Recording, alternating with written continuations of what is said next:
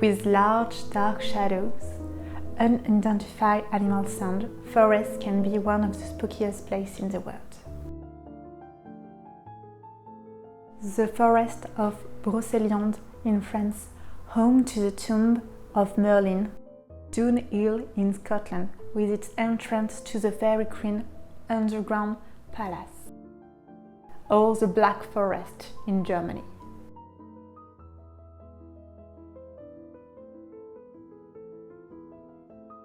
Named for its almost impenetrable darkness, the Schwarzwald is the site of some of the scariest fairy tales the Brothers Grimm ever wrote.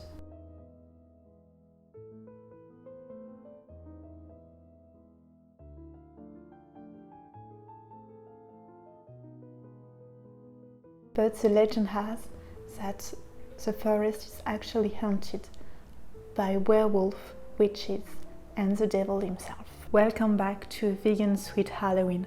I hope you're ready for a spooky October.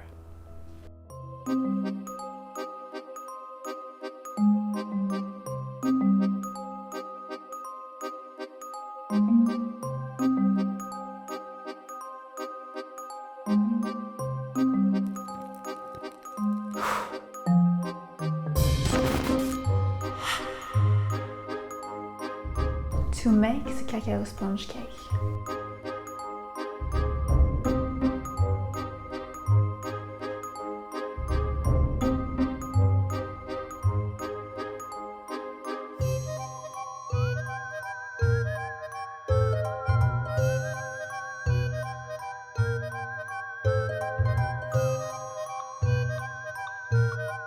Lightly whisk the aquafaba and sugar until it's light and fluffy.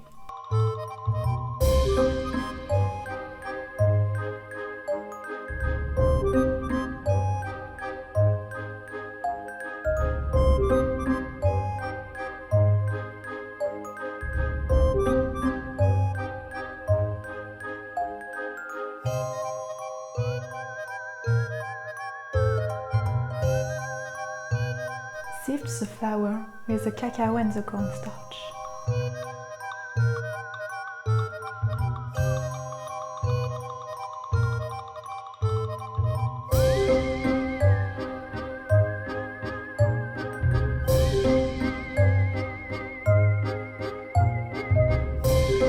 To make the syrup.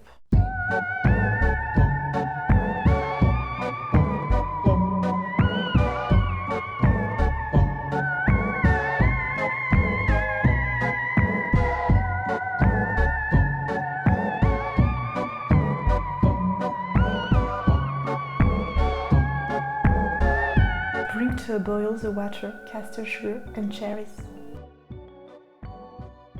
Add the kirsch. If you want it alcohol-free, you can completely skip the kirsch.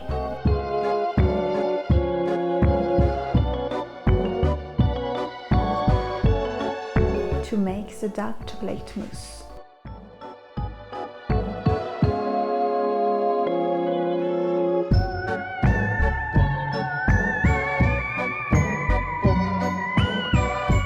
Melt the vegan dark chocolate.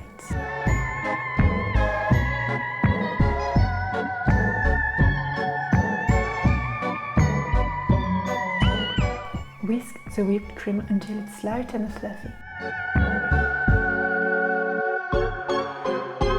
Now incorporate the cream into your chocolates.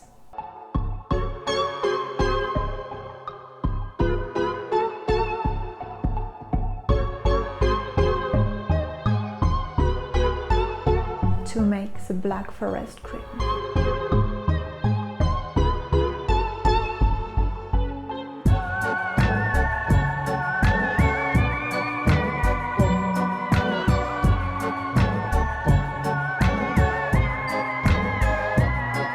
Time to assemble and finish the Black Forest.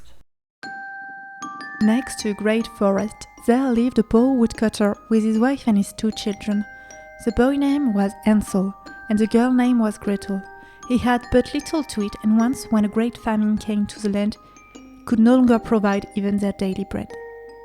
One evening, as he was lying in bed worrying about his problem, he sighed and said to his wife, What is it to become of us? How can we feed our children when we have nothing for ourselves? Hansel and Gretel sat by the fire. When midday came, each one ate his little piece of bread. Because they could hear the blow of an axe, they thought their father was nearby. However, it was not an axe. After they had sat there for a long time, their eyes grew weary and closed, and they felt sound sleep. When the moon appeared, they got up, but they could not find any crumbs, for the many thousands of birds that fly about the wood and in the fields had picked them up.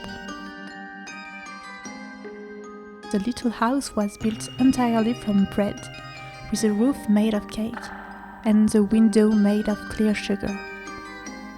"Let's help ourselves to a good meal," said Hansel. Suddenly the door opened, and a woman as old as the hills, and leaning on a crutch, came creeping out. When Hansel and Gretel came near to her, she laughed wickedly and spoke scornfully. "Now I have them, they will not get away from me again." Early the next morning, before they wake, she got up, went to their beds, and looked at the two of them lying there peacefully, with their full red cheeks. Then she grabbed Hansel with her withered hand and carried him to a little stall, where she locked him behind the cage door. Cry as he might, there was no help for him. She pushed poor Gretel outside to the oven, from which fiery flames were leaping. "Climb in," said the witch, "and see if it's hot enough to put the bread in yet." And when Gretel was inside, she intended to close the oven and bake her and eat her as well. But Gretel saw what she had in mind, so she said, "I don't know how to do that. How can I get inside? The opening is big enough. See, I myself could get in." And she crawled up, stuck her head into the oven. Then Gretel gave her a shove, causing her to fall in. Then she closed the iron door and secured it with a bar. The old woman began to howl frightfully. But Gretel ran away, and the godless witch burned up miserably.